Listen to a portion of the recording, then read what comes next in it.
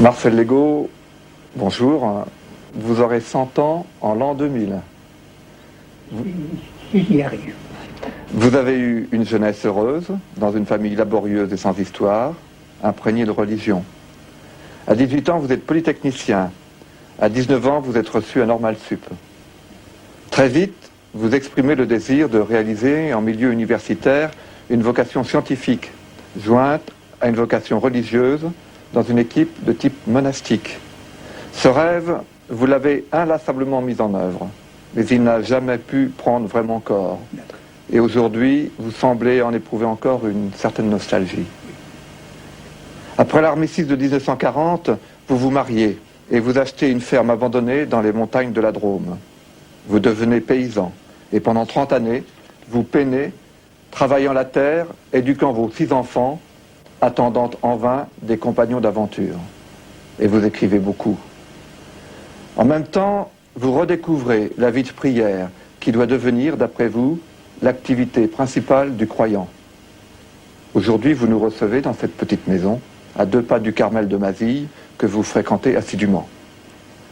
Ici et ailleurs, vous continuez à accueillir ou à visiter les innombrables personnes et groupes qui veulent bénéficier de votre parole après s'être nourris de vos livres. Et comme un de vos ouvrages s'intitule « Devenir soi », j'ose vous demander, à 86 ans, Marcel Legault est-il devenu Marcel Legault? Il ne l'est pas encore tout à fait devenu. Parce qu'à mon sens, tant qu'on en est en vie, ici-bas, on devient. Et c'est même comme ça qu'on vit. Je pense que tout de même, je suis suffisamment proche de la fin pour apercevoir de loin un peu le but. Eh bien, écoutez, sans orgueil, je suis heureux d'avoir vécu ce que j'ai eu à connaître pendant mes 86 ans.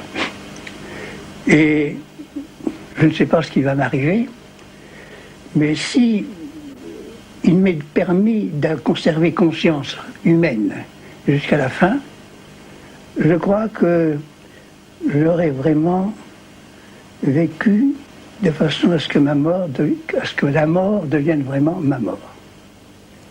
Et j'ai cette ambition folle, à savoir que précisément lorsque je serai mort, je serai probablement mieux compris de beaucoup.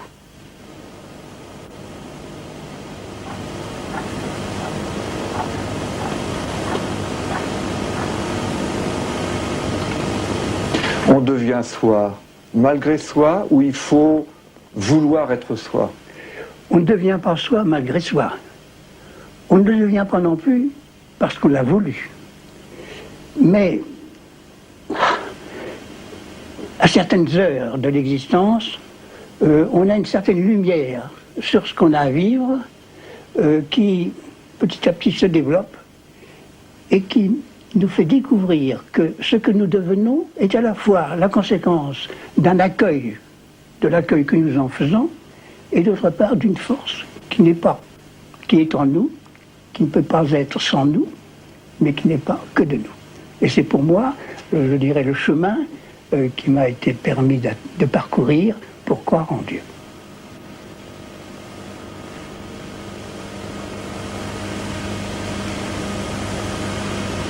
Comment vous avez vécu cet échec répété de la création d'une communauté de scientifiques avec vous pour chercher l'essentiel? C'est difficile. Il est certain qu'une des crises importantes de ma vie, ça a été lorsque les quelques camarades qui venaient venir avec moi ont disparu. L'un est mort, les deux autres se sont mariés. Et moi, pour ma part, pendant une dizaine d'années, je me suis trouvé, je dirais, tout à fait en porte-à-faux vis-à-vis de ce que j'avais à vivre et vis-à-vis de ce que j'aurais voulu vivre, n'est-ce pas ?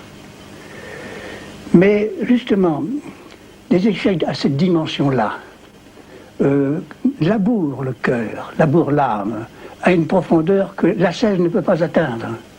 Et on a à ce moment-là la possibilité de réaliser certaines choses qui n'auraient été tout à fait hors des possibilités si on n'avait pas connu des échecs de cette dimension.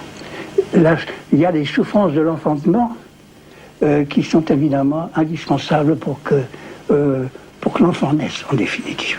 Quand est-ce qu'on est amené donc, à nommer ce qui ne vient pas de nous, à nommer Dieu, à faire que de ce mot quelque chose qui ne soit pas du tout venant? Mais le simple fait que pour moi, ce qui n'est pas que de moi, eh bien, comme je le vis profondément, ce n'est pas du tout venant.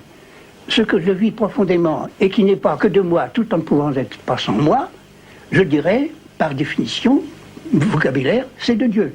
Mais je ne connais absolument rien de Dieu. Je sais simplement qu'il y a en moi quelque chose qui monte, qui ne peut pas être sans moi, mais qui n'est pas que de moi. C'est une trace, un parfum. C'est une trace, un chemin dont on ne voit pas l'issue, n'est-ce pas ? Et qui, par certains côtés, se découvre toujours nouveau à mesure qu'on le parcourt, qu'on avance plus loin, n'est-ce pas ? La fidélité, c'est quelque chose qui vous apporte beaucoup. La fidélité, dans la mesure où c'est quelque chose qui est enraciné dans ce que je suis, et qui trouve sa puissance dans le fait que si je ne corresponds pas à ma fidélité, je me renonce. N'est-ce pas ? Cette fidélité-là est, je crois, tout à fait capitale. Et c'est précisément dans la mesure où elle existe que l'on peut se dire fidèle à Dieu, parce que précisément, grâce à cette fidélité, on peut mettre en exercice des potentialités secrètes qui sont en nous, que nous ne connaissons pas, mais qui, lorsque la chose est utile, apparaissent et s'effectuent.